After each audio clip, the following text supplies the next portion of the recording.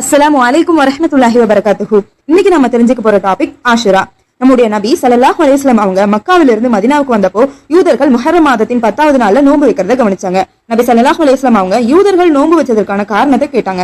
அதற்கு யூதர்கள் இந்த நாள்ல தான் நபி மூசா அலைஹிஸ்ஸலாம் அவங்களும் அவருடைய கூட்டத்தினரும் ஃபிரௌனிடமிருந்து காப்பாற்றப்பட்டு ஃபிரௌன் கடலில் மூழ்கடிக்கப்பட்ட நாள். இந்த வெற்றிக்காக நபி மூசா அலைஹிஸ்ஸலாம் அவங்க அல்லாஹ் சுப்ஹானஹு தஆலாவிற்கு நன்றி செலுத்துவதற்காக முஹர்ரம் மாதம் 10வது நாள் நோன்பு வச்சாங்க. அதனாலதான் நாங்களும் நோன்பு வச்சோம்னு சொன்னாங்க. அதுக்கு நபி ஸல்லல்லாஹு அலைஹி வஸல்லம் அவங்க உங்களை விட நபி மூசா அலைஹிஸ்ஸலாம் அவங்களுக்கு உரிமையானவர்களும் தகுதியானவர்களும் நாங்கள் தான் சொல்லி சஹாபாக்களுக்கு நோன்பு வைக்குமாறு பணிஞ்சாங்க. நபி ஸல்லல்லாஹு அலைஹி வஸல்லம் அவங்களும் நோன்பு வச்சாங்க.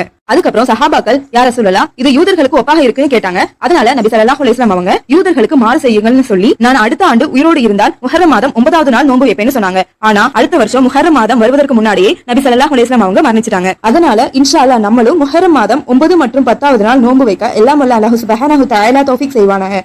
அஸ்ஸலாமு அலைக்கும்